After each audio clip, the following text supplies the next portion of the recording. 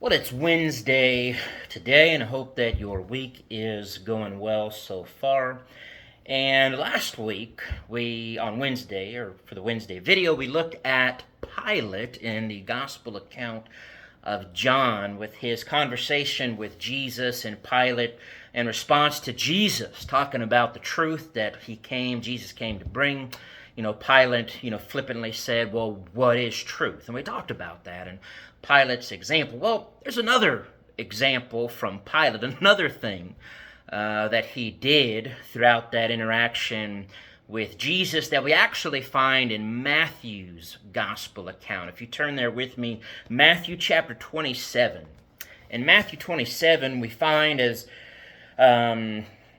Jesus is handed over to Pilate, and then Pilate's trying to figure it all out and sends him to Herod, we know, and then back to Pilate. And Pilate's kind of trying to figure out what to do with Jesus. And to Pilate's credit, he's not, completely ignorant. He knows the Jews are just, being jealous of Jesus. He knows Jesus hasn't done anything wrong. And long story short, we know the whole kind of process with Pilate is, and John's gospel really bears this out, is Pilate actually tried for quite some time to get Jesus released, to let Jesus go, because Pilate knew Jesus didn't do anything wrong. That's why Pilate tried to offer a trade with Barabbas, probably thinking that the people would choose Jesus over Barabbas. That's why Pilate actually scourged Jesus. The scourging was not part of the crucifixion, but it was actually not in the instance of Jesus, but it was an attempt by Pilate to satisfy the people's lust for blood and then let Jesus go. But it wasn't happening. The people kept, saying, no, we don't want Jesus, get rid of Jesus, crucify him. Anyways, Pilate had the authority. Pilate knew the truth.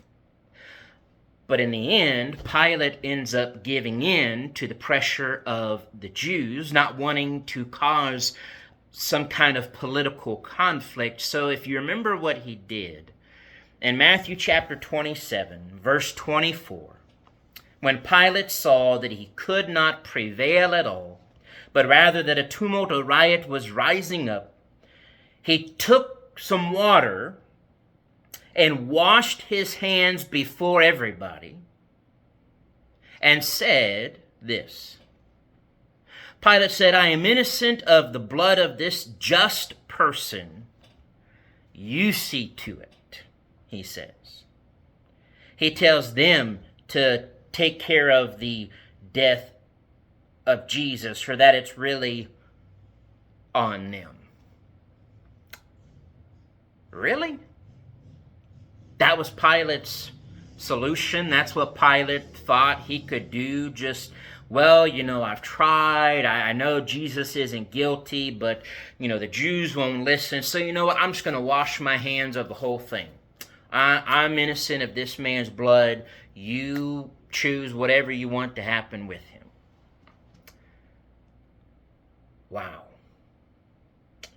Pilate gives in to this pressure. Pilate thinks he can just wash his hands of the whole thing, and somehow he is just innocent of everything, and whatever happens isn't going to fall on him. But think about that. Pilate taking some water and just washing his hands, did that make him free from what was going on? Did it make him free from his decision? Did it make him free from what he really had to do? Did it truly make him innocent of the blood of Jesus? No. Pilate could not just wash his hands of this thing and throw Jesus to the wolves. Pilate has now, in doing that, become just as guilty as the Jews for the crucifixion of Jesus.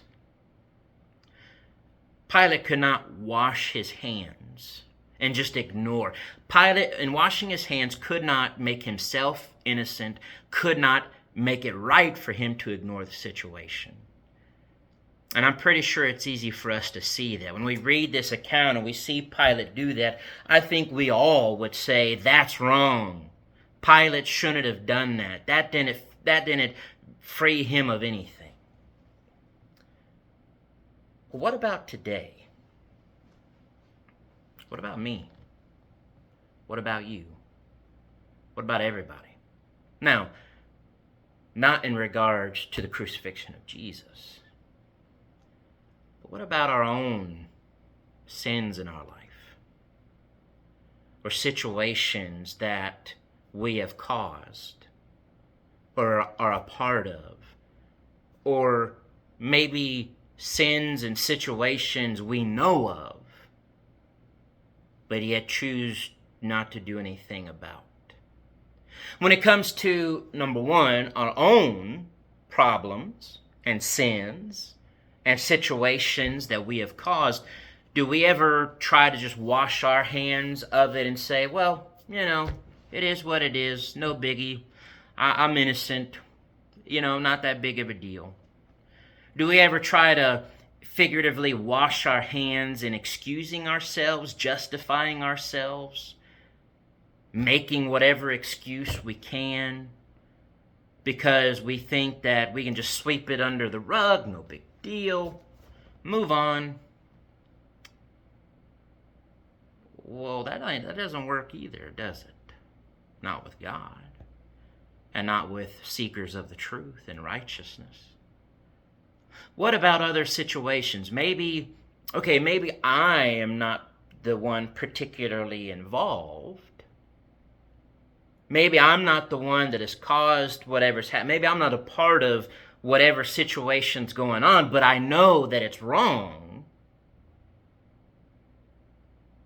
Would I ever wash my hands and just ignore that situation and pretend like it's not my responsibility, it's not my problem, therefore I'm just going to ignore it and out of sight, out of mind, let it be?